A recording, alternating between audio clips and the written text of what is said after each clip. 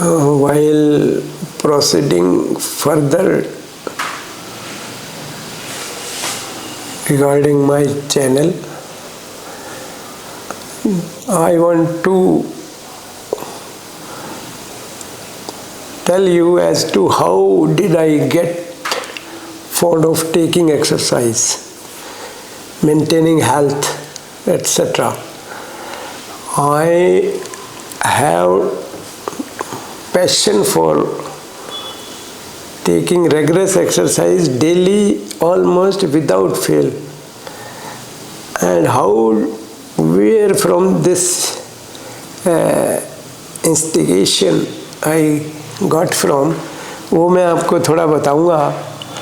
देखिए, कोई भी आदमी चाहे कितना ही महान है, कितना ही बड़ा है, कितना ही साधु महात्मा राजनीतिक और जो हम लोग बातें करते रहते हैं महात्मा बुद्ध की और बाइबल में क्राइस्ट की और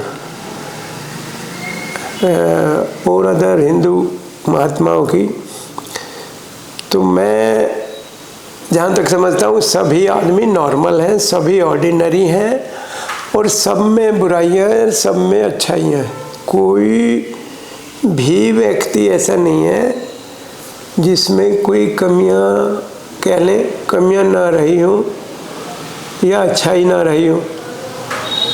तो हर आदमी, हाँ ये ज़रूर है कि जो आदमी थिंकिंग करता है, जो सोचता है, जो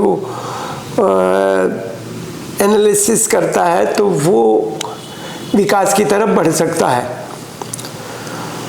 तो कैसे सेहत बनाने का शौक़ हुआ, एक जनरली जैसे बच्चे होते हैं, छोटे छोटे बच्चे, हम 6ठी 7वीं में आए, अपने गांव में के रहने वाले, और तो सोचा साइकिल चलाना सीख ले।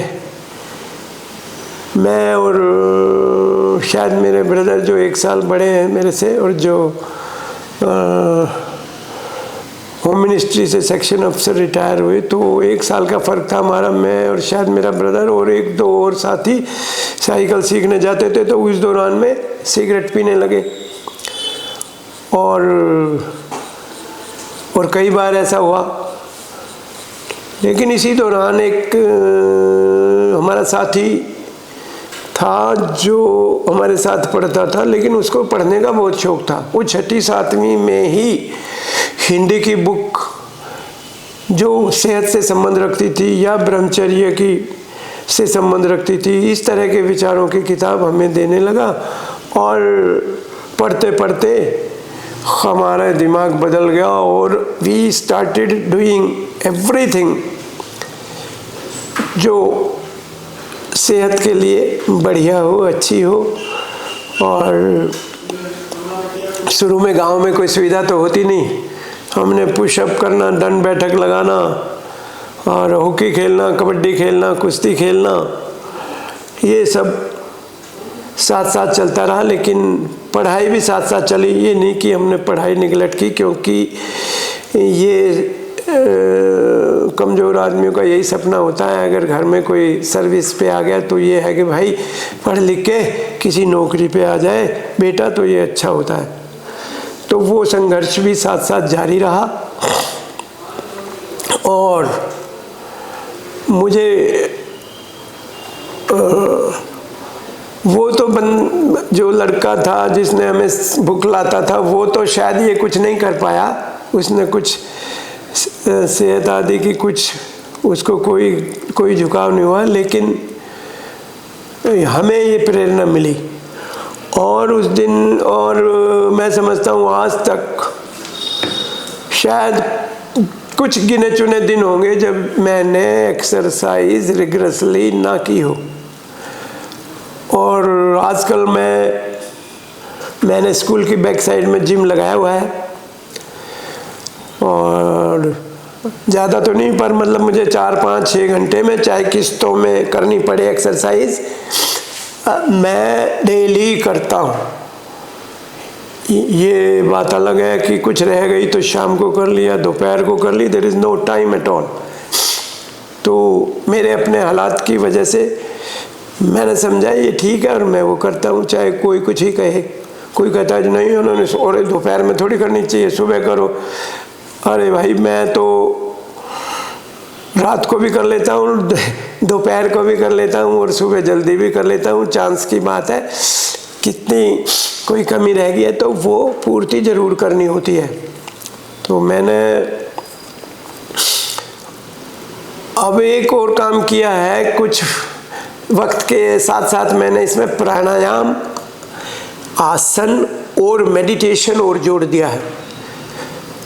और वाइल टेकिंग एक्सरसाइज मेरा ये नियम है कि मैंने JBL या स्पीकर खरीदा हुआ है, मोबाइल में लगा के मोटिवेशनल स्पीचेज सुनना, भजन सुनना जो भी मोटिवेशन देते हो और जिनकी आवाज़ सुरीली हो वो मुझे अच्छी लगती है।